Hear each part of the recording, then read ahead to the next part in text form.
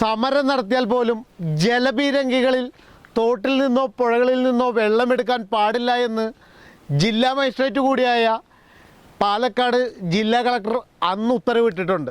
നമ്മളിപ്പോൾ നിൽക്കുന്ന ഏരിയ പോലും റെഡ് സോണിലാണെന്ന് ഇവിടെയുള്ള നാട്ടുകാർ തന്നെ നമ്മളോട് പറഞ്ഞിട്ടുമുണ്ട്. നമസ്കാരം, ഞാൻ ബോസ്കോ കളമശ്ശേരി.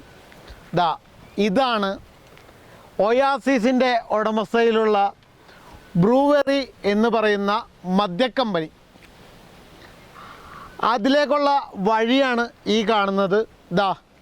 ഈ കാണുന്ന കൃഷിപ്പാടങ്ങൾ കണ്ടോ? ഫസ്റ്റ് തട്ടിൽ കാണുന്ന കൃഷിപ്പാടങ്ങൾ നിങ്ങൾ കണ്ടോ? ഇതിൻ്റെ തൊട്ടടുത്ത് കിഴക്കേ വശത്തോട്ട് നിങ്ങൾ നോക്ക്. ഇനി അതിൻ്റെ തൊട്ട് താഴത്തോട്ട് നോക്കിയേ.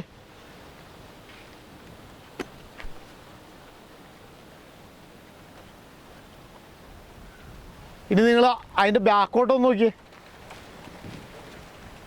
അങ്ങ് അറ്റത്തേക്ക് നോക്കിയേ.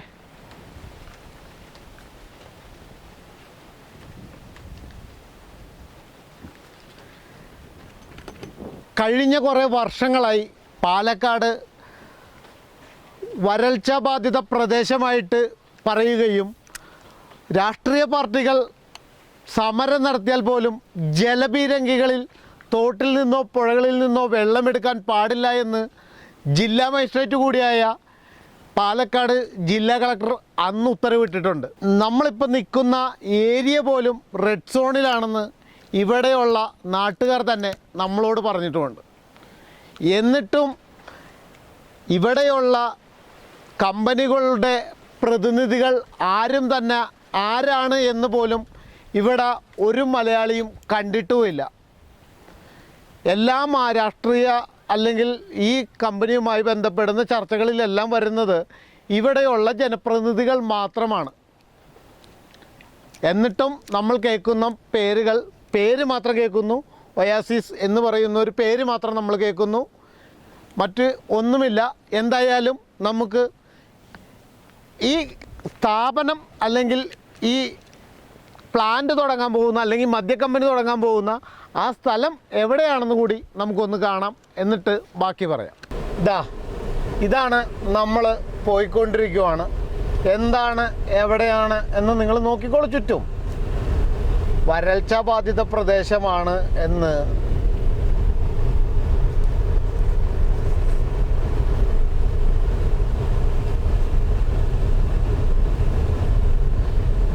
ഇതാണ് വിക്ടോറി പേപ്പർ ബോർഡ്. ഇത് പേപ്പർ ഉണ്ടാക്കുന്ന കമ്പനിയുടെ ഭാഗമായിട്ടുണ്ടായിരുന്ന അവരുടെ അന്നത്തെ ഫാക്ടറികളാണ്. ഇതാണ് വിക്ടോറിയ കമ്പനി. ഇത് പൂട്ടിപ്പോയത്. പേപ്പർ കമ്പനി ഇതെല്ലാം പൂട്ടിപ്പോയതാണ്. കണ്ടോ? നോക്കിയതേ, നിങ്ങളിത് റൈറ്റ് സൈഡിലോട്ട് നോക്കിക്കോ. വരൾച്ച ബാധിത പ്രദേശമായിട്ട് കിടക്കുന്ന ഈ സ്ഥലം